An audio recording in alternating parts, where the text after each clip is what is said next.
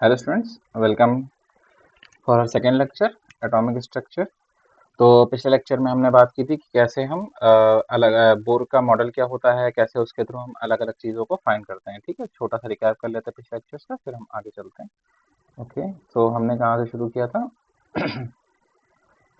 जी, तो हमने शुरू किया था different type of atomic models. Okay, उसके बाद या so different type of atomic model, जैसे जे थॉमसन का था, रदरफोर्ड का था, बोर का था, और उन्होंने कैसे कैसे क्या क्या डिस्कस किया। ठीक है, उसके बाद बोर एटॉमिक मॉडल में कि कैसे रदरफोर्ड ऑब्जेक्ट मॉडल की जो ऑब्जेक्शन थी उनको हटाया गया, कैसे हमने हाइड्रोजन स्पेक्ट्रम को एक्सप्लेन किया, फिर बोर ने क्या क्या स्टोरीज समझाई। ठीक है, इलेक्ट्रॉन से related, angular momentum, integral multiple, mvr, सारी चीजें हम देखते हुए आए। ठीक है, उसके बाद क्वांटाइजेशन। ठीक है, ग्राउंड स्टेट क्या होती है, नॉर्मल स्टेट क्या होती है। आई होप आप सभी ने रिवीजन किया होगा। ये जो हमारी शेल्स होती हैं, के एल एम एन, एन की वैल्यूज इनके लिए क्या होती हैं। ठीक है, और ये जो ट्रांजिशंस होते हैं कैसे होते हैं, दो डिफरेंट एनर्जी लेवल्स के बीच का गैप कैसे डिफाइन किया जाता है, एब्जॉर्प्शन स्पेक्ट्रा क्या होता है, एमिशन स्पेक्ट्रा क्या होता है, ये सारी चीजें हमने डिस्कस की थी। उसके बाद हमने फॉर्मूला भी ड्राइव किया था कि रेडियस ऑफ बोर्स ऑर्बिट कैसे निकालेंगे, राइट, जो कि हमारा फाइनल फार्मूला बन के आया था, r is equal to 0.529 n square by Z angstrom. उसके बाद हमने energy different different energy levels के लिए निकाली थी। ठीक है, जिसके लिए हमारे पास 4 फॉर्मूले बन के आए थे, जिनका हमें ध्यान रखना है। अगर जूल पर एटम में बोलता है तो हम ये वाला फॉर्मूला इस्तेमाल करेंगे, इलेक्ट्रॉन वोल्ट पर एटम में ये, किलो कैलोरी पर मोल के लिए ये वाला, और किलो जूल पर मोल के लिए नीचे वाला। ठीक है, then velocity of electron Z by n into ये जो हमारी बड़ी सी इक्वेशन है अच्छी सी। फिर हमने एक ऑर्बिटल फ्रीक्वेंसी सीखी, टाइम पीरियड ऑफ रिवॉल्यूशन सीखा, नंबर ऑफ लाइंस के लिए हमने एक फॉर्मूला सीखा था जो कि क्या था, n2 minus n one, n2 minus n one plus one divide by two, जहाँ n1 कौन सा था, लोअर एनर्जी लेवल, n2 कौन सा होता है, हायर एनर्जी लेवल। ठीक है, आई होप आप सभी रिवाइज करके आए होंगे।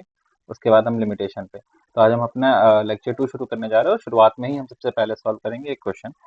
तो क्वेश्चन हम सभी के सामने ये है कि जो हमारा speed of electron in first Bohr orbit of hydrogen atom भी एक्स। ठीक है, तो स्पीड ऑफ इलेक्ट्रॉन पे क्वेश्चन है। तो अभी अभी हमने देखा स्पीड ऑफ इलेक्ट्रॉन का फॉर्मूला क्या था, तो v इज इक्वल टू क्या था बच्चों, z by n, good, two pi e square divide by h. Okay, तो ये तो पूरा क्या रहने वाला है, बेसिकली कांस्टेंट। तो v का जो फॉर्मूला डायरेक्टली हम बनेगा वो मैं बोल सकता हूँ zn इंटू जो एक लंबी सी वैल्यू आई थी उसको अभी के लिए हम क्या मान के चल रहे हैं, ठीक। ठीक है, तो अब हमसे बोला है for hydrogen atom first Bohr orbit. First Bohr orbit का मतलब है एन, अच्छा ठीक है मैं लिख देता हूँ। जैसे फर्स्ट बोर ऑर्बिट है तो फर्स्ट बोर ऑर्बिट का मतलब क्या हो जाएगा, first Bohr orbit. First Bohr orbit का मतलब क्या हो जाता है, इसका मतलब होता है एन की वैल्यू कितनी हो गई है, 1। और हाइड्रोजन एटम बोलते ही, हाइड्रोजन एटम बोलते ही हम क्या समझ जाएंगे, हाइड्रोजन एटम बोलते ही जो जेड की वैल्यू यानी कि जो एटॉमिक नंबर होता है वो कितना हो जाता है, 1। तो कहने का मतलब है v इज इक्वल टू के, ये बचेगा जेड बाई एन, 1 1 हो जाएगा। और वो वैल्यू आपको कितनी देके रखी है, x कितनी देके रखी है, x। देन आपसे पूछ रहा है speed of electron in second orbit of helium atom. क्या पूछ रहा है, second orbit of helium atom. तो सेकेंड ऑर्बिट जब बोलेगा इसका मतलब है एन की वैल्यू बच्चे कितनी हो जाएगी, 2, हीलियम प्लस। Okay good. और जब हीलियम बोलता है, हीलियम का मतलब है जेड की वैल्यू हम कितनी लेके चलेंगे बेटा, 2। तो v is equal to again Z by n into K, जो कि हो जाएगा 2 डिवाइड बाई 2 इंटू के, जो वैल्यू कितनी आ जाएगी बच्चे, 1, सॉरी सॉरी के, राइट। और के की वैल्यू किसके बराबर थी, यहाँ देखिए के की वैल्यू किसके बराबर थी बच्चे, एक्स के। तो K will become equal to x, यानी कि अगर फर्स्ट बोर ऑर्बिट में हाइड्रोजन एटम की वैल्यू x है तो स्पीड ऑफ इलेक्ट्रॉन इसमें भी कितनी हो जाएगी, it will also be equal to x। Okay, I hope solve कर लिया होगा। इजी क्वेश्चन है, इजी इजी क्वेश्चन ही आते हैं, टफ नहीं आते हैं। नेक्स्ट, अब ये क्वेश्चन हमसे बोल रहा है if first ionization energy of hydrogen is E then the ionization energy of He+। Again देखिए, first ionization energy of hydrogen, तो यहाँ पे किसकी बात हो रही है, एनर्जी की। किसकी बात हो रही है, एनर्जी की। तो एनर्जी का फॉर्मूला हमें पता है, En की वैल्यू क्या होती है, माइनस का RH है ना, Z square by n square. ठीक है, तो अगर हमसे बोल रहा है first ionization energy of hydrogen atom, first ionization energy of hydrogen atom, तो जब फर्स्ट आयोनाइजेशन एनर्जी बोल रहा है इसका मतलब एन की वैल्यू बेटा कितनी हो जाएगी, 1। और हाइड्रोजन एटम का मतलब क्या है, जेड की वैल्यू भी कितनी हो जाएगी, 1। तो अगर हम एनर्जी देखेंगे तो En की वैल्यू आएगी माइनस का RH 1 का स्क्वायर डिवाइड बाय 1 का square, so E n will equal to minus का आर एच, जो कि ये कितना बोल रहे हैं E according to question. Okay, मैं हमसे पूछ रहे हैं ionization energy of H E plus, तो ionization energy of H E plus, first ionization energy होगी, जहाँ पे नहीं लिखा इन्होंने, तो first ionization energy of H E plus, तो फर्स्ट आयोनाइजेशन एनर्जी का मतलब है एन की वैल्यू कितनी हो जाएगी 1, और एच ई प्लस का मतलब है जेड की वैल्यू बेटा कितनी हो जाएगी 2, क्योंकि हीलियम के लिए एटॉमिक नंबर कितना होता है 2, तो सब्स्टिट्यूट करेंगे तो E n is equal to कितना आ जाएगा माइनस का आर एच, जेड स्क्वायर का मतलब 2 का स्क्वायर डिवाइड बाई 1 का स्क्वायर, तो E n will become equal to minus का 4 टाइम्स आर एच, 2 का स्क्वायर 4 होता है, और आर एच की वैल्यू कितनी रखी है ई, तो ई ऑफ क्या नाम है helium atom, helium plus this will be equal to 4 times of E. Okay, तो अगर हाइड्रोजन एटम के केस में कितनी थी बच्चे ई थी, तो इसके केस में कितनी हो जाएगी 4 ई हो जाएगी। ठीक है, आई होप ये भी आपको समझ आता होगा, इजी इजी। नेक्स्ट आगे चलते हैं। ये क्वेश्चन है नंबर ऑफ स्पेक्ट्रल लाइंस है, कि number of spectral lines that are possible when electron in seventh shell, कहाँ से आ रहा है बेटा सेवंथ शेल से आ रहा है, कहाँ पे सेकंड शेल में, तो ऐसे हमारे पास बहुत सी लाइंस होती थी, मान लीजिए this is n is equal to 1, this is n is equal to 2, n is equal to 3, n is equal to 4, 5, 6, 7। ठीक है, तो 7 से 6 भी आ सकता है, यहाँ पे भी, यहाँ पे भी, यहाँ पे भी, तो अब हम हर एक लाइन तो गिनने नहीं बैठ सकते, तो हमें पता है सेवंथ शेल से कहाँ आ रहा है सेकंड शेल में। ठीक है, हमने इसके लिए डायरेक्ट फॉर्मूला ड्राइव किया था, हमने दो चीजें कही थी, n1 कौन सी वैल्यू होती है बेटा लोअर, तो यहाँ पे कितनी हो जाएगी 2, n2 कौन सी वैल्यू होती है हायर, जहाँ से आ रहा है, तो यहाँ पे कितनी वैल्यू हो जाएगी 7, और फिर फॉर्मूला क्या था नंबर ऑफ स्पेक्ट्रल लाइंस का, तो फॉर्मूला था number of spectral line, this was equal to n2 minus n1 एक ब्रैकेट में, n2 माइनस n1 प्लस 1 एक ब्रैकेट में, डिवाइड बाई 2, वैल्यू सब्स्टिट्यूट करेंगे तो 7 minus 2, 7 minus 2 plus 1 divide by 2, 7 minus 2 बेटा 5 होता है, 7 माइनस 2 प्लस 1 6 होता है, डिवाइड बाई 2, दैट इज कितनी आ जाएंगी 15 लाइन्स, कितनी आ जाएंगी 15 लाइन्स। इजी क्वेश्चन था। ठीक है, आई होप समझ आता होगा, आगे चलते हैं बेटा। ठीक है, इसको थोड़ा सा ऊपर ले आते हैं। Okay, just a minute। Yeah, ठीक, तो क्वेश्चन आपसे पूछ रहा है, एक मिनट, हाँ, तो क्वेश्चन आपसे पूछ रहा है कि the ratio of radii of first Bohr orbit of hydrogen helium and lithium 2 plus will be. ठीक है, तो ratio of radius of first Bohr orbit सभी के लिए निकालना है, तो हमें पता है रेडियस ऑफ बोर ऑर्बिट का फॉर्मूला होता है 0.529 एन स्क्वायर बाई, क्या होता है n square by Z square. Okay okay, तो या n square by Z square, और Z N square by Z I हो गया। ठीक है, हमने डिराइव किया हुआ था। आगे चलते हैं, तो कैसे करेंगे इसको,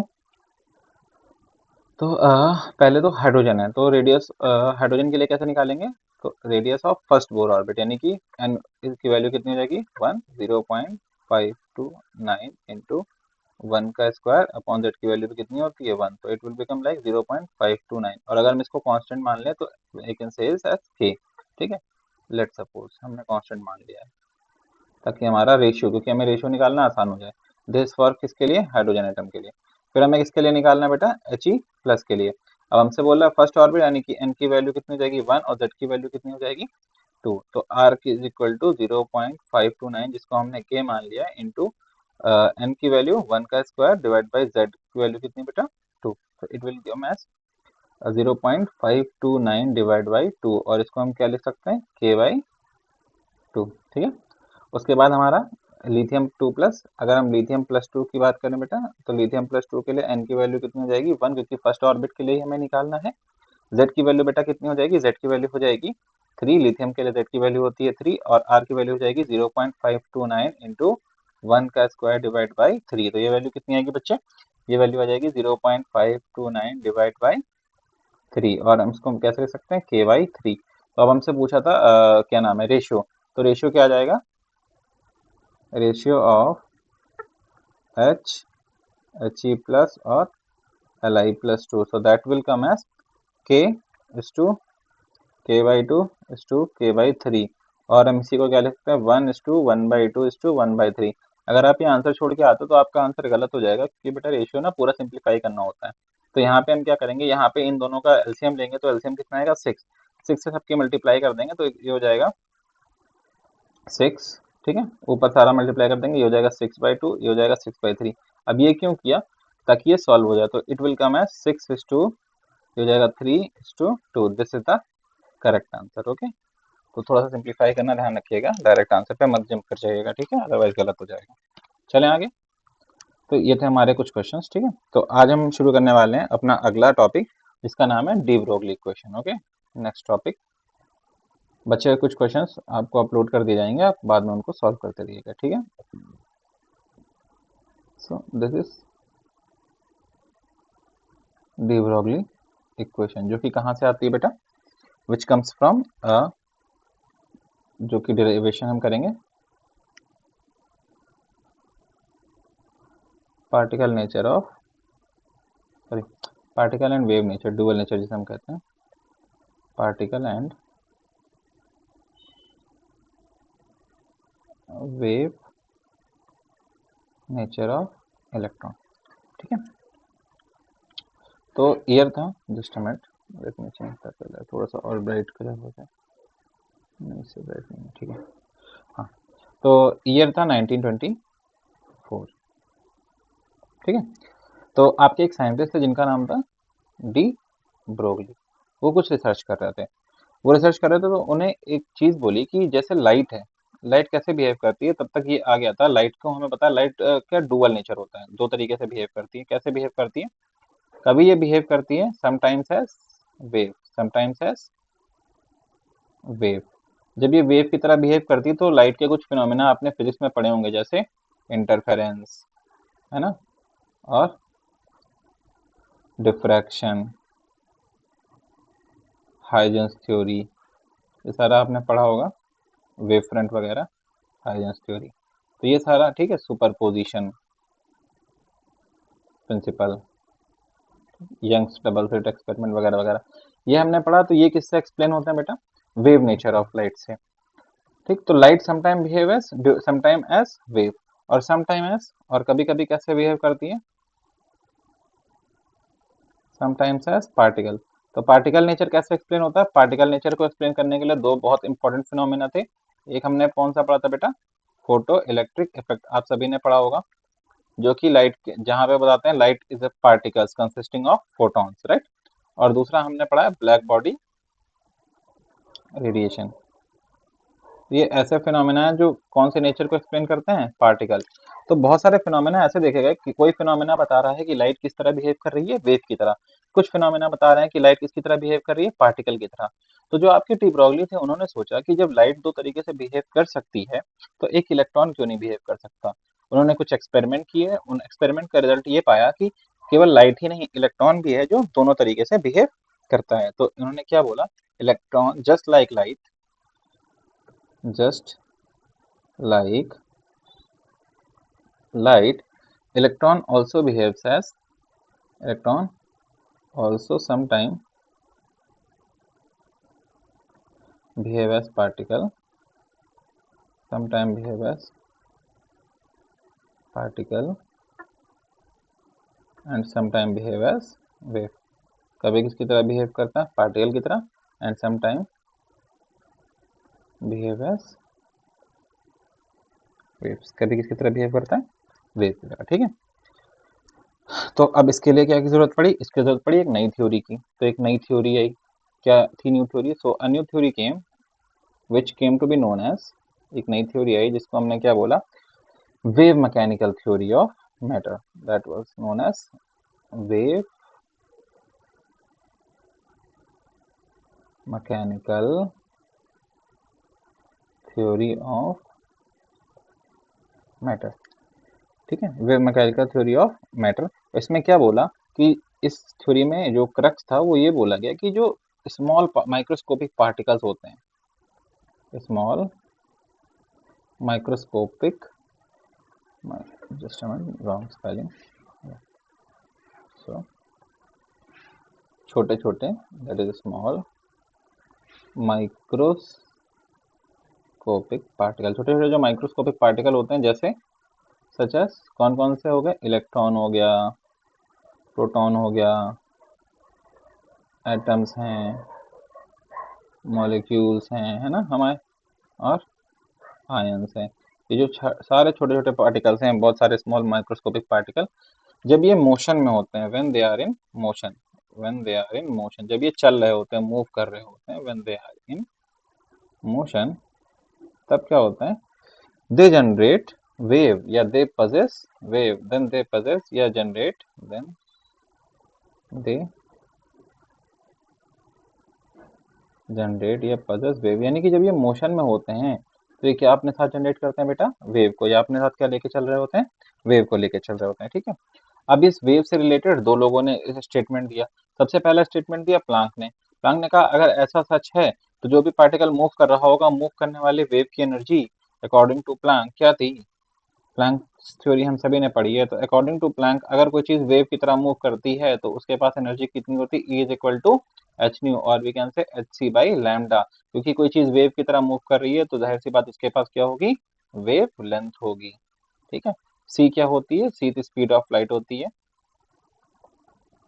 न्यू क्या होती है, अगर कोई चीज मूव कर रही है वेव की तरह तो दैट विल बी फ्रीक्वेंसी, कितने वेव्स पर सेकेंड में पास हुई, और आपका एच तो सभी को पता है, that is Planck constant. So this was equation number 1, ठीक है। आइंस्टीन दूसरी ओर ढूंढ रहे थे relation between energy and matter, और उन्होंने कहा कोई चीज अगर मैटर है तो उसके बीच की एनर्जी का अकॉर्डिंग टू आइंस्टाइन उन्होंने बोला कोई चीज एनर्जी की तरह बिहेव करती है, so that will be equal to E is equal to m c square, where m will be the mass of particle.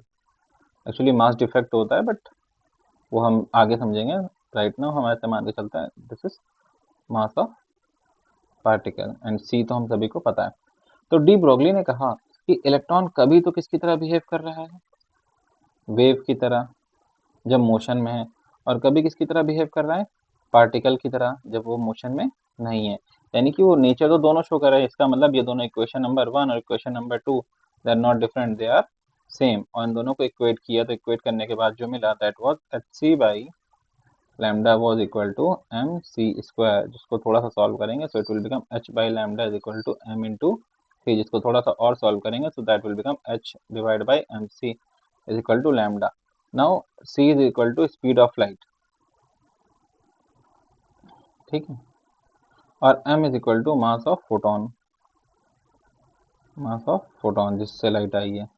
तो इनका जो प्रोडक्ट है m c that is equal to momentum p, that is momentum of photon,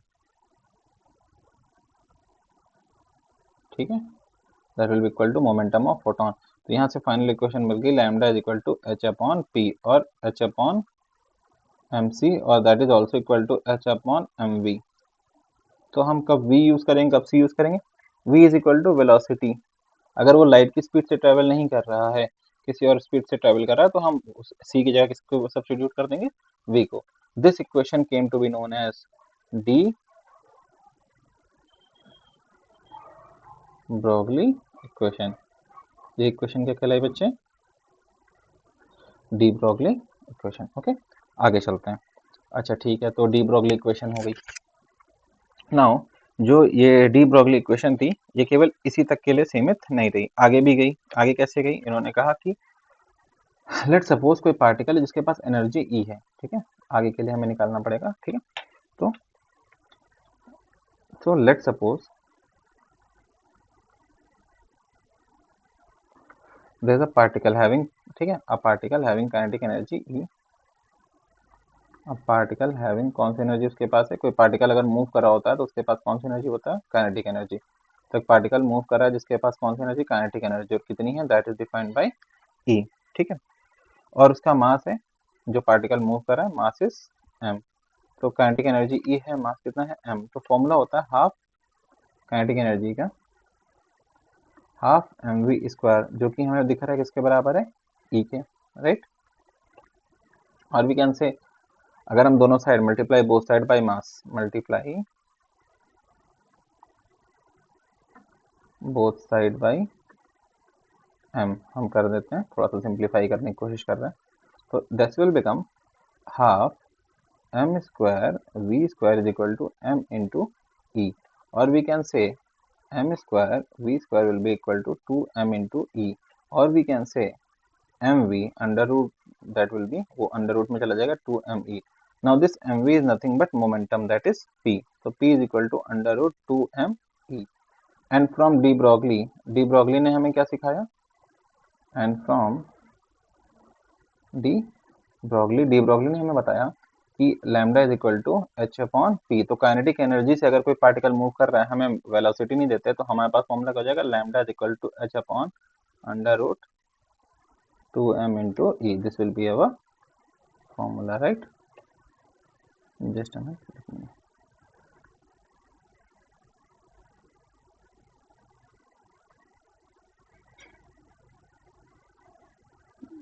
There's no option of no fill. Okay.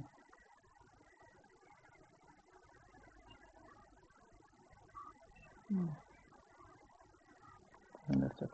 Okay. So lambda will be equal to h divided by under root 2me. So this is again de Broglie equation. ठीक है, second version, other form of de Broglie equation. अब D Broglie के सामने एक और बात थी कि ये तो ठीक है कि चलिए आपने बोल दिया, हम मान लेते हैं। फिर दो साइंटिस्ट थे, डेविसन और जर्मर, ठीक है, डेविसन और जर्मर, उन्होंने एक एक्सपेरिमेंट परफॉर्म किया।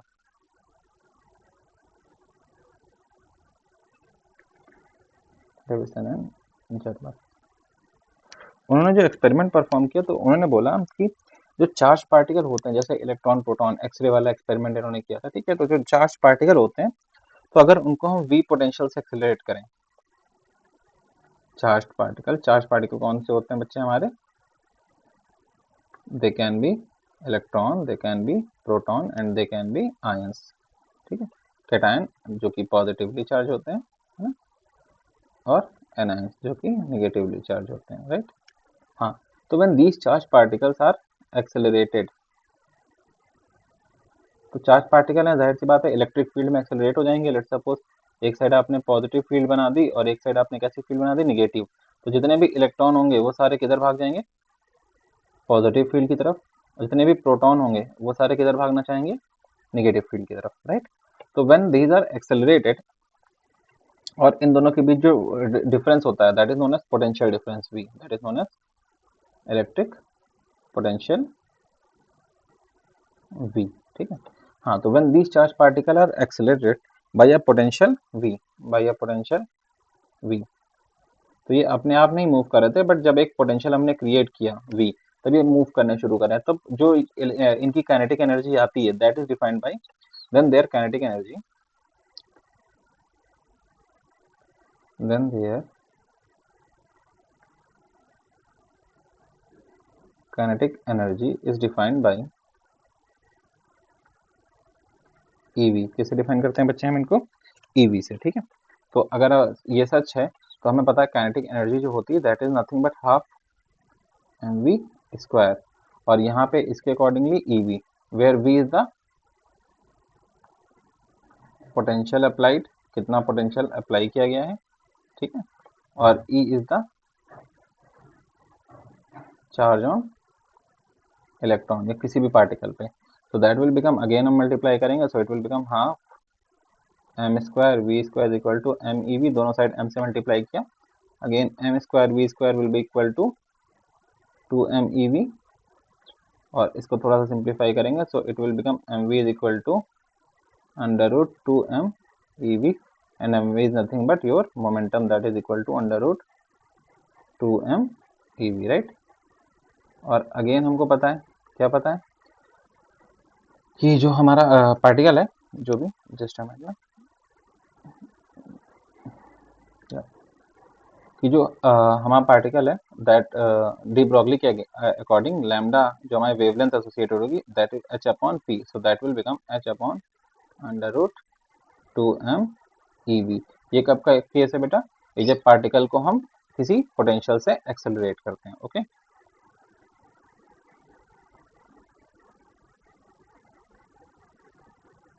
या ठीक है, आगे चलते हैं। अब लेट सपोज दैट कि जो पार्टिकल हमने एक्सेलरेट किया था, व्हाट इफ, है ना, व्हाट इफ पार्टिकल एक्सेलरेटेड, जिस पार्टिकल को हमने एक्सेलरेट किया था वो प्रोटॉन नहीं है, इज नॉट इलेक्ट्रॉन या प्रोटॉन, देन तो हमको पता है जो भी पार्टिकल हमने एक्सेलरेट किया होगा, then the particle must have some charge Q, then the particle must have some, कुछ तो पार्टिकल पे चार्ज रहा होगा, इसको लेट सपोज हम कितना मान लेते हैं, क्यू। और उस केस में जो आपकी इक्वेशन है थोड़ा और मॉडिफाई हो जाती है, that becomes h upon p, that becomes h upon under root 2m q v. ठीक है, आई होप ये इक्वेशंस आपको याद रहेंगी, बहुत इंपॉर्टेंट है, ठीक है, क्वेश्चंस के लिए। चलते हैं आगे, नेक्स्ट अगला है हमारा हाइजेनबर्ग अनसर्टेनिटी प्रिंसिपल। ठीक है, आई होप डी ब्रॉगली आपको क्लियर रहा होगा। तो हमने क्या किया, हमने कुछ नहीं किया, डी ब्रॉगली ने कुछ स्टेटमेंट्स का यूज किया, ठीक है, कि कैसे ड्यूअल नेचर शो होता है लाइट का, जैसे लाइट ड्यूअल नेचर शो करती है जो कि अलग अलग एक्सपेरिमेंट से प्रूफ है, वैसे ही जो आपके इलेक्ट्रॉन है वो भी ड्यूअल नेचर शो करते हैं, कभी पार्टिकल की तरह बिहेव करते हैं और कभी वेव की तरह। ठीक है, जस्ट अ मिनट, तो they behave sometime as particle sometime as wave. तो जब पार्टिकल की तरह बिहेव करते हैं तो इक्वेशन उनकी प्लैंक बता, सॉरी, जब वेव की तरह बिहेव करते हैं तो प्लैंक बताते हैं, प्लैंक बताते हैं अगर कोई चीज वेव की तरह बिहेव कर रही है, जाहिर सी बात उसके पास क्या होगी, वेवलेंथ, उसके पास कुछ होगी फ्रीक्वेंसी, और उस वेव की energy given by E is equal to h nu, that is h c by lambda. और आइंस्टीन बताते हैं अगर कोई सब्सटेंस पार्टिकल की तरह बिहेव कर रहा है तो उसके पास जो एनर्जी होगी, मूविंग पार्टिकल है, that will be equal to E is equal to m c square. अब क्योंकि हमारा इलेक्ट्रॉन कभी वेव की तरह बिहेव कर रहा है, कभी पार्टिकल की तरह बिहेव कर रहा है, तो हमने इन दोनों इक्वेशन को इक्वेट कर दिया। इक्वेट करने के बाद हमने थोड़ा सा सॉल्व किया, सॉल्व करने के बाद हमें पता चला lambda is equal to h upon m c और एच अपॉन एम वी, अलग अलग इक्वेशन। अगर लाइट ऑफ कोई पार्टिकल स्पीड ऑफ लाइट से ट्रेवल कर रहा है तो हम फॉर्मूला यूज करेंगे एच अपॉन एम सी, पर अगर कोई पार्टिकल की वेलोसिटी कुछ और है then we will use as h upon m v, mass हम उसी पार्टिकल का रख देंगे। ठीक है, फिर एक रिलेशन ड्राइव किया, मान लीजिए मास नहीं गिवन है, आपको काइनेटिक एनर्जी गिवन है, तो हमें काइनेटिक एनर्जी के टर्म्स में भी रिलेशन पता होना चाहिए। तो हमने मान लिया कोई पार्टिकल होगा जिसकी काइनेटिक एनर्जी कितनी रही होगी, k, और मास कितना रहा होगा, m। तो वेलोसिटी नहीं दी गई, लेट्स सपोज आपको सीधा काइनेटिक एनर्जी दे दी गई, तो हमने उसी को थोड़ा सा इक्वेट किया, इक्वेशंस को इक्वेट करने के बाद फाइनल फॉर्मूला हमें बना, ठीक है, आप हमें वेलोसिटी नहीं देते हो, काइनेटिक एनर्जी देते हो, तो हम यहाँ पे इस E की जगह किसको पुट कर देंगे, उस पार्टिकल की काइनेटिक एनर्जी को, और हमें क्या मिल जाएगी, डी ब्रॉगली वेवलेंथ हमारे मूविंग पार्टिकल की। फिर डेविसन जर्मन ने एक्सपेरिमेंट किया कि मान लीजिए आपको काइनेटिक एनर्जी नहीं देते हैं, ठीक है, कुछ और दे देते हैं, पोटेंशियल दे देते हैं, तो हमें पता है जब किसी पे आप पोटेंशियल लगाते हो तो उसकी काइनेटिक एनर्जी किसके बराबर हो जाती है, ईवी के। तो वहां से हमने इसको क्या नाम है, डिराइव किया, और डिराइव करने के बाद फाइनल सॉल्यूशन हमारे पास ये आ गया। ठीक है, सॉरी, या okay, so this is our final solution for de Broglie wavelength। I hope ये फॉर्मूले हम ध्यान रखें क्योंकि यहाँ से सबसे ज्यादा क्वेश्चन जो आते हैं वो न्यूमेरिकल पर्पज पे ही आते हैं, उसके लिए फॉर्मूलों का पता होना बहुत जरूरी है। ठीक है, इतना क्लियर रहता है। अब हम आगे शुरू करते हैं अपना हाइजेनबर्ग अनसर्टेनिटी प्रिंसिपल। ठीक है, तो देखिएगा, थोड़ा सा ध्यान दीजिएगा। So next topic is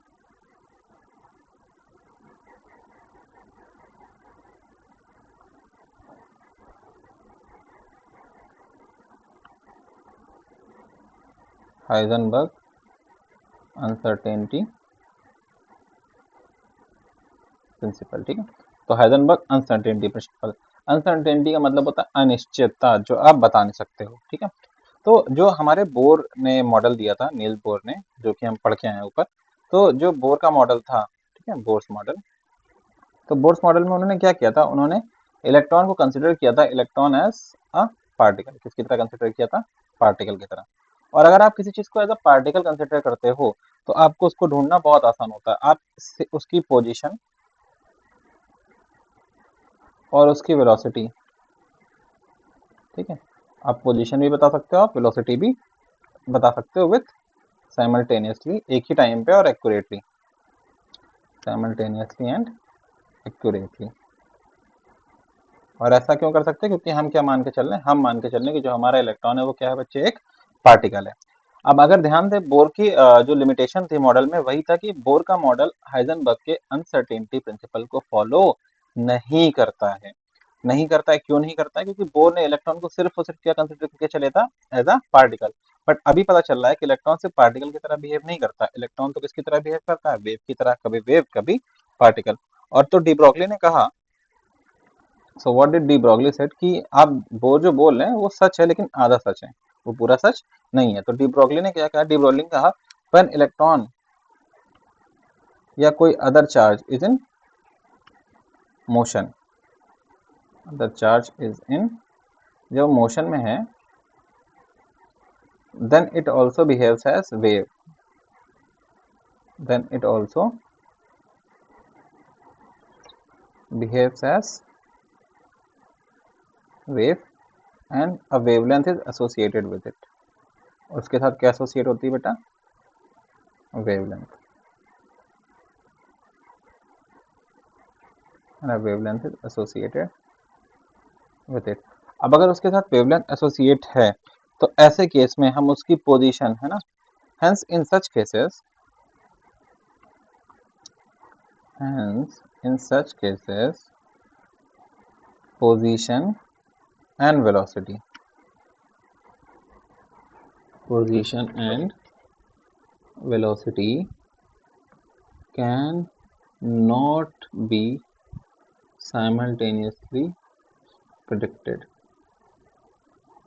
simultaneously predicted या कैलकुलेटेड।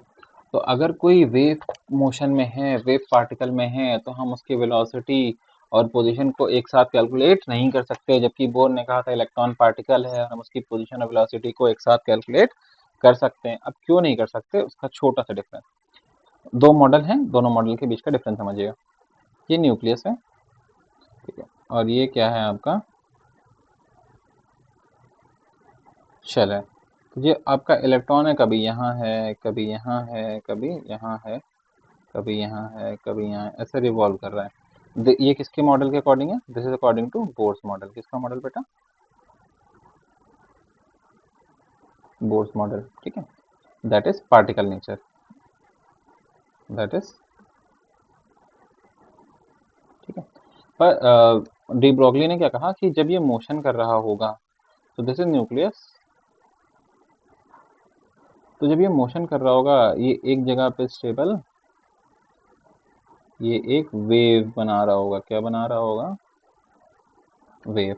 और जब ये वेव बना रहा है तो हम एग्जैक्टली इसकी पोजीशन और वेलोसिटी को डिफाइन नहीं, क्योंकि ये वेव वापस से क्या होने लगेगी बेटा,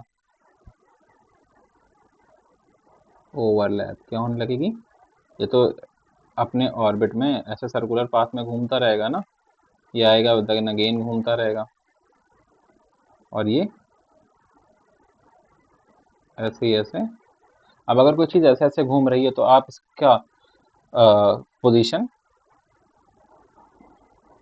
और वेलोसिटी साइमल्टेनियसली डिफाइन नहीं कर सकते। साइमल्टेनियसली का मतलब होता है बेटा एक ही समय पे, तो आप इसकी पोजीशन और वेलोसिटी एक ही समय पे डिफाइन नहीं कर सकते। क्यों नहीं कर सकते, क्योंकि ये कौन सा मॉडल है, वेव मैकेनिकल मॉडल है। कौन सा मॉडल है, वेव मैकेनिकल। बाकी सारी बातों को फॉलो करता है, बट यहाँ पे वायोलेशन हो जाता है। इसी चीज को किसने ऑब्जर्व किया, हाइजनबर्ग ने। हाइजनबर्ग ने कहा कि जब आप लेट सपोज, ये जो वेव वाला मॉडल है, हम वेव वाले मॉडल की बात कर रहे हैं, ठीक है, यहाँ पे मैं लिख देता हूँ, in case of wave mechanical model. तो अगर आपको किसी इलेक्ट्रॉन को डिटेक्ट करना है वेव मैकेनिकल मॉडल, तो हम क्या करते हैं, अगर हमें इलेक्ट्रॉन को डिटेक्ट करना है, ठीक है, तो यहाँ पे मैं बनाता हूँ थोड़ा सा ताकि समझ आए आपको,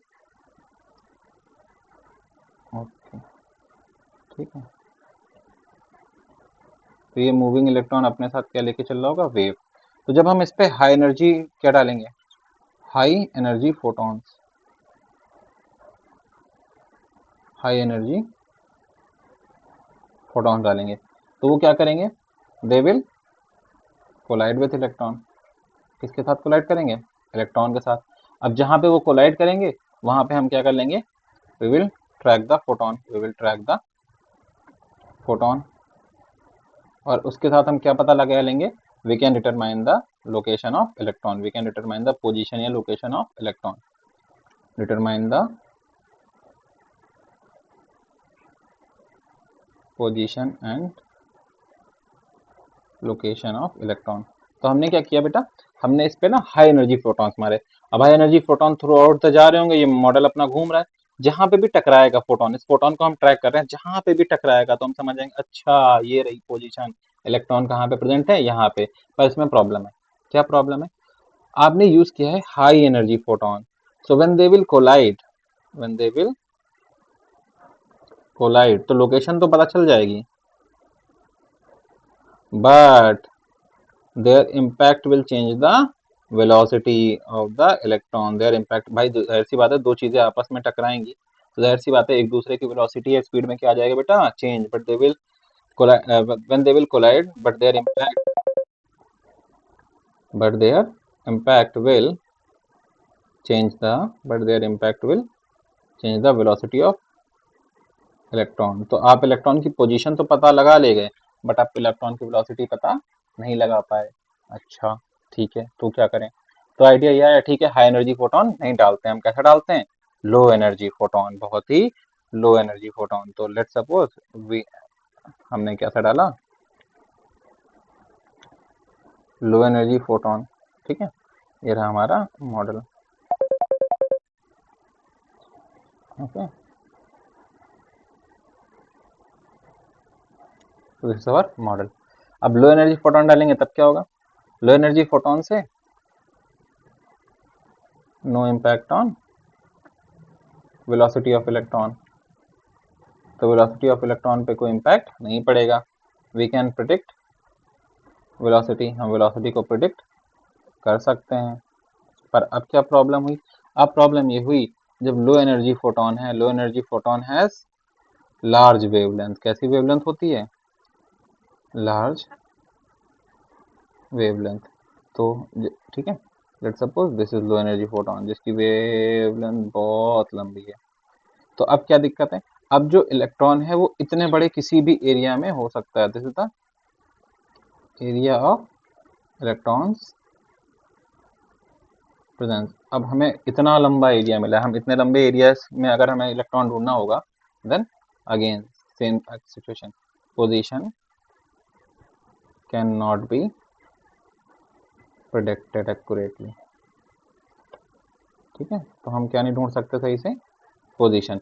इसी चीज को एक्सप्लेन किसने किया, हाइजेनबर्ग ने, हाइजेनबर्ग ने किया। आप दोनों चीजें एक साथ नहीं ढूंढ सकते हो, या तो आपको जैसे यहाँ पे लो एनर्जी फोटोन था, हाई एनर्जी फोटोन होता तो उसकी वेवलेंथ बहुत छोटी होती, तो हमने एरिया तो ढूंढ लिया बहुत छोटा कि इतने में ही होगा, तो हम पोजीशन तो पता कर ले गए, बट उसने क्या इम्पैक्ट किया, वेलोसिटी को, और उसकी वेलोसिटी चेंज हो गई तो हम वेलोसिटी का पता नहीं लगा पाए। ठीक है, फिर हमने क्या किया, हमने high energy low energy photon लिया, तो उसने वेलोसिटी को तो चेंज नहीं किया, हमने वेलोसिटी प्रिडिक्ट कर ली कैसे भी एक्सपेरिमेंट करके।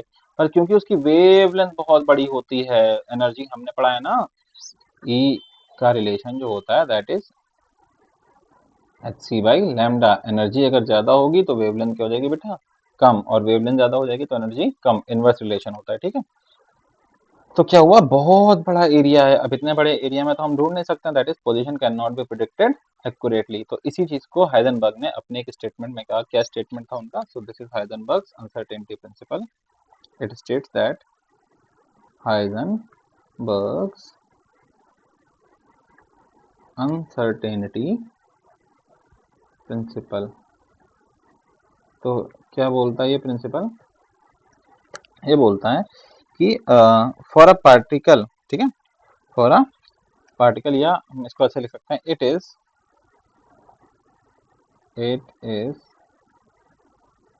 it is impossible to measure, it is impossible, it is impossible to measure the exact position and momentum, it is impossible to measure the exact position and momentum of a body, exact position and momentum of a body as small as an electron। तो कोई इतनी छोटी body है, उसका position और momentum हम exactly define नहीं कर सकते। ठीक है, इसके रिगार्डिंग उन्होंने इक्वेशन दी थी, तो equation was delta x dot delta p that is greater than equal to h upon 4 pi where delta x is the, ठीक है, हम बोल सकते हैं अनसर्टेनिटी इन पोजीशन, किसमें कि पोजीशन में हम नहीं श्योर है कितना है, तो डेल्टा x हम मान के चलते इतना सा अनसर्टेनिटी रही होगी। डेल्टा p क्या है बेटा, अनसर्टेनिटी इन मोमेंटम की, हाँ मोमेंटम में भी इतनी तो रह सकती है, ठीक है। That will be an h is again our Planck's constant, okay. और इसका सेकेंड वर्जन क्या था, अब हमें पता है delta x can also be written as delta x into delta p को हम लिख सकते हैं delta m into v, that will be greater than equal to h upon 4 pi. Now what is m? M is the mass of particle. And what is delta v? Delta v is uncertainty in किसमें, velocity of that particle. समझ आता है, ठीक है। इस equation का जो बेटा दूसरा फॉर्म है, the other form of this equation that is, ठीक है, एक और फॉर्म इस इक्वेशन का है अदर फॉर्म क्या है बेटा, डेल्टा ई साइमल्टेनियसली, जैसे हम पोजीशन और मोमेंटम को नहीं नाप सकते वैसे एनर्जी और टाइम को भी नहीं नाप सकते, ठीक है। so that will be delta E into delta T, that will be greater than equal to, sorry just a minute, h upon, yeah, that will be greater than equal to h upon 4 pi where delta E is uncertainty in energy and delta T is uncertainty in time, ठीक है। so this is your Heisenberg's uncertainty principle, okay, we will keep this up till here, ठीक है। आज की class में हम इसको यहीं तक रखते हैं, आप इतना रिवाइज करके आएंगे, ये सारी चीज़ें पढ़ के आएंगे और फॉर्मूलेज प्लीज ध्यान करके आएंगे। नेक्स्ट क्लास में जब हम मिलेंगे तो हम इन फॉर्मूलेज पे और इन दोनों टॉपिक्स पे, that is de Broglie wavelength और हाइजेनबर्ग अनसर्टेनिटी प्रिंसिपल, इन पे हम क्वेश्चन के साथ शुरू करेंगे, ठीक है। Till then take care, good bye.